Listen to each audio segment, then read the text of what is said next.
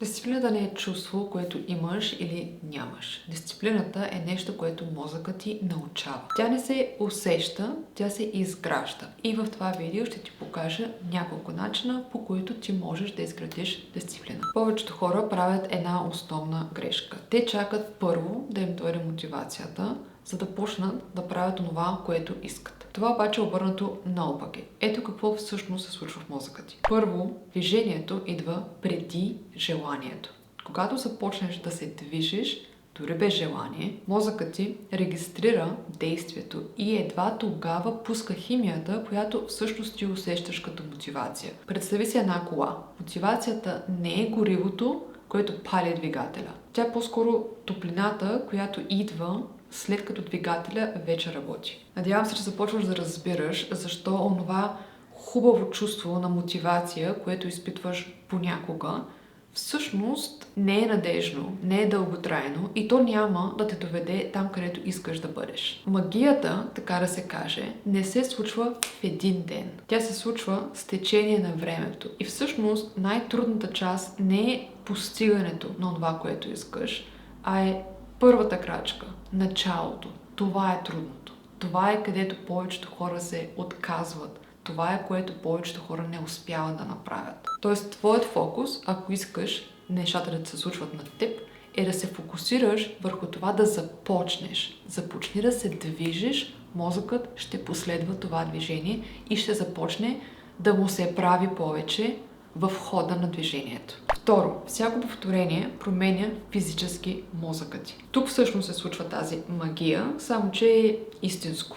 Всеки път, когато повтаряш едно действие, невроните, които го изпълняват, се активират заедно. А невроните, които се активират заедно, многократно, буквално усилват връзката помежду си. И тази връзка, разбирай и поведението, което следва от тази връзка, става по-бързо, по-силно и по-автоматично. Това не е метафора, това е физическа разлика, биологическа разлика, която настъпва в мозъка ти и можеш да си представиш една нива и когато минаваш за първи път през нея, това е най-трудният момент, защото пътеката я няма. Тоест, разбира се, че да минаваш през висока трева няма да ти е лесно. Но на 100-ният път действието изобщо няма да го усетиш дори, защото вече си оттъпкал пътеката. В някои случаи тази пътека става толкова добра, че дори можеш да си го представиш като една магистрала. Примери за така наречени магистрали в мозъка ти са онези поведения, които повтаряш години наред. Ако си пушач от много време, най-вероятно пушиш по навик, без изобщо да се замисляш в едни конкретни моменти, например с кафето, с алкохол или след тежка среща или разговор, когато си натоварен. Но в общи линии, ако се загледаш в поведението си, ще намериш много такива магистрали. И тук всъщност би ти помогнало да се замислиш, че онова, в което си много добър, е онова, което си повтарял много дълго време. Няма значение добро ли е за теб или не, няма значение сам ли си го избрал или не. Може да е нещо научено от родители, от околна среда. Но мозъкът ти просто вижда повторение, научава се и го прави все по-лесно и все по-бързо.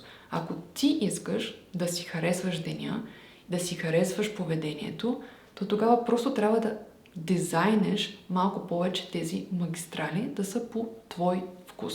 И да се върнем на темата за дисциплина. Тя не е въпрос на воля. Тя не е нещо, което ти правиш веднъж, имаш го или го нямаш. Дисциплината е тази магистрала, която е започнала с пътека, която сам си изградил стъпка по стъпка. Например, когато се събудиш сутрин и се чувстваш много уморен, но въпреки това ти отидеш на работа или на училище. Защо? Защото трябва. Ти не сядаш всяка сутрин да си мислиш, ама аз сега мотивиран ли съм, ама искам ли, ама трябва ли. Ако трябва да го направиш, ти просто го правиш, дори да мрънкаш по пътя.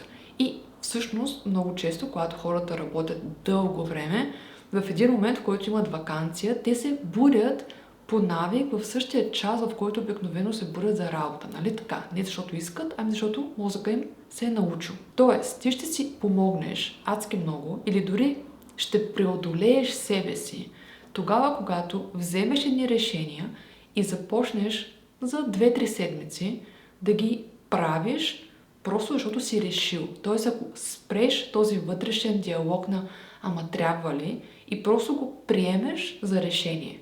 Можеш да мрънкаш, докато го правиш. Може да не ти се прави. Въпросът е психически да го приемеш за решение и да си кажеш, аз след 3 седмици ще помисля отново дали това решение ми харесва. До тогава просто го правя, защото така съм решил.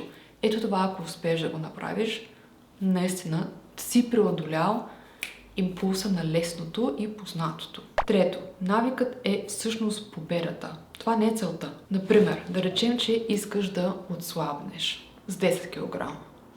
Ами ти няма да отслабнеш, защото искаш. Тоест няма да отслабнеш, защото си решил ще отслабна. Ще отслабнеш, защото многократно си отишъл на фитнес или многократно си изготвил нещо здравословно. Тоест резултата, който ти искаш, е един страничен продукт на поведението, което повтаряш често. Този ред на мисли, да изградиш навик, е победата. Веднъж, като изградиш навика, не се тревожи. Резултатите ще дойдат. Единственият начин някакъв навик да не ти помогне е ако не си го изградил правилно. Например, ако искаш да отслабнеш с 10 кг, но си решил, че за тази цел искаш да вървиш по 20 минути на ден.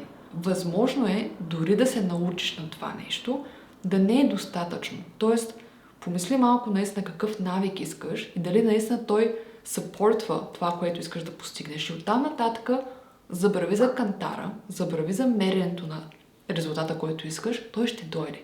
Ти просто повтаря това, което си решил. До тук добре, но как да се накараме да го направим? Ами нека започнем с това, че правилният въпрос не е как да съм по-дисциплиниран, как да съм по-надъхан.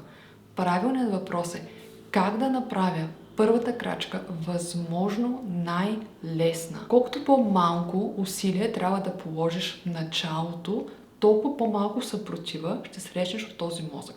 Това нещо тук е органът в нашето тяло, което изразходва най-много енергия. Съответно, новото поведение е с висок разход на енергия и мозъкът ти няма да иска да го прави.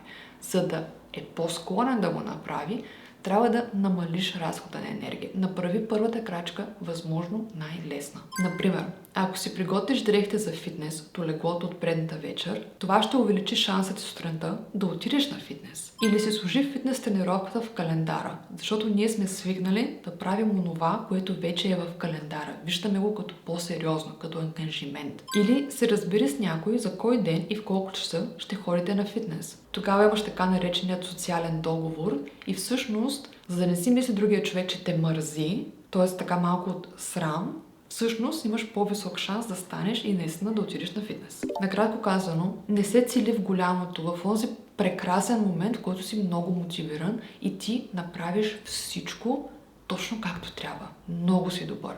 Този един ден няма да ти помогне, няма да те доведе до резултата, който ти искаш. Цели се в повторението. Не си мисли как да направя една много добра тренировка в фитнеса, една силова, чудесна тренировка в фитнеса. Мисли си как да успея 4 пъти в седмица да си сложа маратонките и да излязат вкъщи навън в посока фитнес. Това е твоята победа. Друг пример. Не си мисли, аз искам да прочета една глава от книга. Не, кажи си, аз искам всеки ден, вземи си телефона, сложи си един таймер, 10 минути. И си кажи, аз всеки ден искам да сложа таймер 10 минути и да чета за 10 минути. Това, ако го направиш всеки ден, това е твоята победа. И ако ще запомниш едно нещо от това видео, това нека да е, че дисциплината никога не е била въпрос на воля или на характер. Тя е въпрос на обучение. И всеки човек може да научи мозъка си на това умение. Включително и ти.